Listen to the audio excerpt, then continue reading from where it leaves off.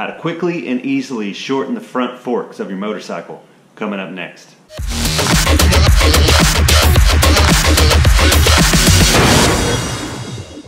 What's up everybody, this is Monty with House of David MC, and today is part 2 of our Suzuki GN250 build, where we will be shortening the front forks of the motorcycle. This is a very simple process, and with just a few tools and a little bit of time, you'll have it done very quickly. So here's one I've already done. I read online that you're not supposed to shorten them any more than 50 millimeters. So since everything is true and accurate on the internet, we're just gonna go with that. So depending on what type of fork you have, you'll either have a little bolt, if you're lucky, that you can unscrew and this cap will come off. Or in the case of the GN250, there's a little lid right here you depress. I don't know if you can see it, but there's this little locking ring that once you depress it, this can come out and the whole lid comes off. And by releasing the oil before we go to depress the lid to remove the spring, it relieves a lot of the pressure. So just by opening this screw right here, we're then able to turn it over and kind of start pumping it to remove that fork oil.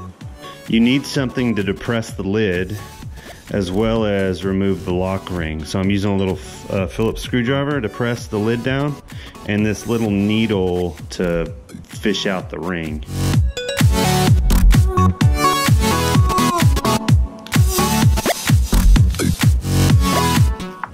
Okay, now that we have the lock ring off, we can take off the lid, the spacer,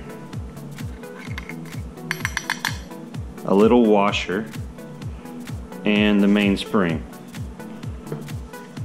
There's a little washer and the main spring itself. So these are the pieces that we cut off from the first fork spacer and spring. So we're just going to use these as a reference to make cuts on our new ones. And we were going for about 50 mil. So we had to actually cut from both the spring and the spacer in order to achieve our 50 millimeters. I'm measuring the first spacer that I cut, and so we're going to be removing, or attempting to remove, about 36.78 millimeters from the spacer. The spring, about 50.72 millimeters.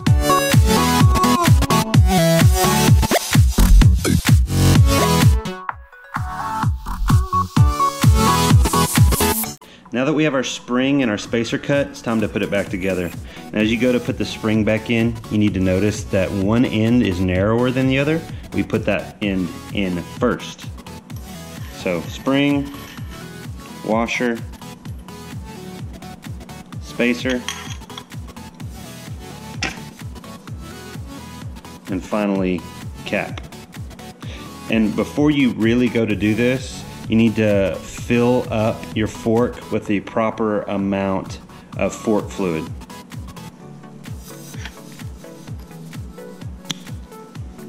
Finally, the little lock ring, and you're done.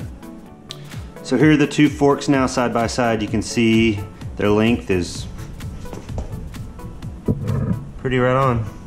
So if you enjoyed the content, make sure you subscribe to the channel down below, like the videos, make comments. As always, this has been Monty with House of David, taking one motor, one revelation at a time.